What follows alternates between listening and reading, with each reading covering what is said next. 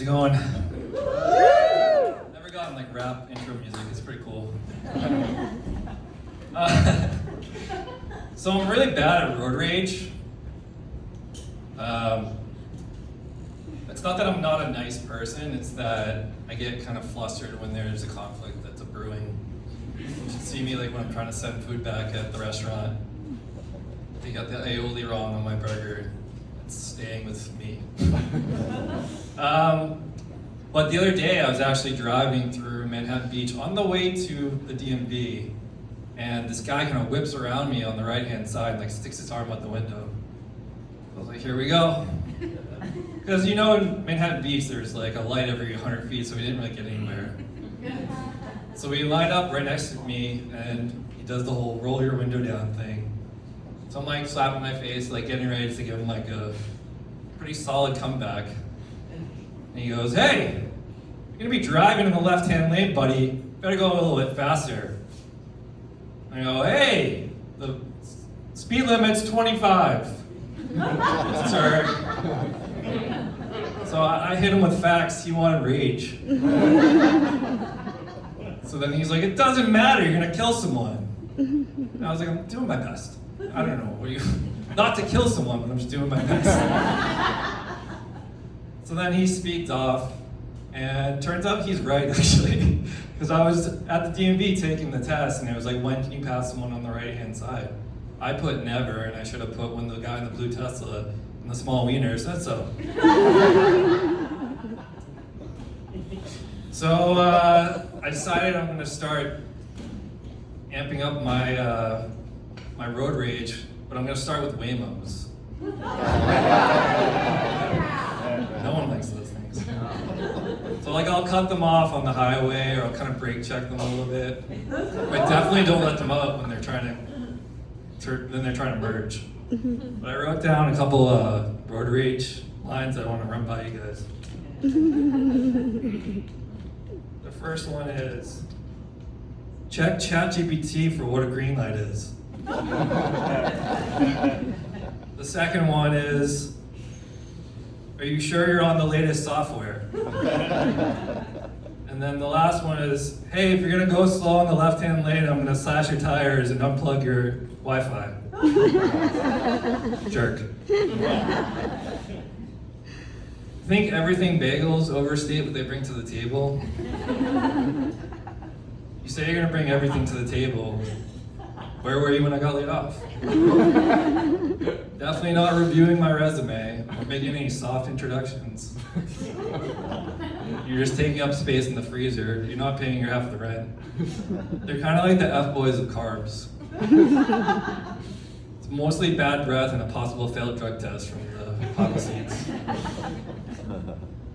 When I'm getting older, I started putting my shoes on like Mr. Rogers. If you don't get that joke, congrats on the hip mobility. Well, I was at the bar the other day, or me and my friend went to a bar, and she got carded and I didn't. Which is fine, like I don't mind, I don't look 21. And, it's great for her to not get carded, it's a compliment. But I don't, what I was concerned about is like, what's he indicating that I'm with someone that's not 21. Like, there's only a few scenarios here, and I don't like any of them. So I pulled my wallet out, not to show him my ID, but to show him that I have a Patriots debit card. Nothing screams safe guy than a branded credit card. But as I'm getting older, I decided I want to have a signature scent. If I have kids someday, I want them to be not walking through CVS and then they go down the aftershave aisle and get all teary-eyed because we walk by Barbasol or Old Spice. I want them to be in Silver Lake at a boutique and they smell smoky fig. And they wonder if Dad was always hiding money. But we can address the elephant in the room. I know you're wondering, why is this guy wearing a hat? I'm not gonna gaslight you into celebrating my baldness. Like those people that wear the sit stickers, draw attention to their blemishes. I'm gonna hide it like a normal person. But I did go on a haircut journey when I was losing my hair. I decided, instead of going to a barber on the way out, I'm gonna go to an Italian salon. I only had a handful of haircuts left, and as old people do, moved to Florida. Mario's salon was my Florida. So they treat you a little bit differently when you're on your way out with hair. They still give you the soft pitch on like the hair gel and the shampoo, which I still have in my medicine cabinet. But they have to go through the motions, so I was still getting my hair washed by the front desk girl with the long acrylic nails. She wasn't running her finger through like long, luscious hair like this fine gentleman. It was like she was scraping the soil, getting it ready for the grass. And afterwards, I would just stand there with a towel, waiting for my chair, because 99% of the time I was double booked. And I should have seen it coming, because my times were like 4:09 and 3:13. No round numbers, that means you're double booked. There's usually an Italian grandmother in the seat with curlers. But my haircuts would take like 7 minutes. There'd be a few snips around the edges and then a couple of snips on top like a bonsai tree. And Peppy would be like, we're layering it.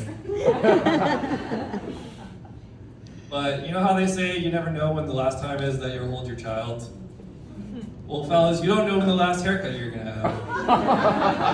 But I did. It was 9/11. 2015. At 2:09. All right, thank you very much.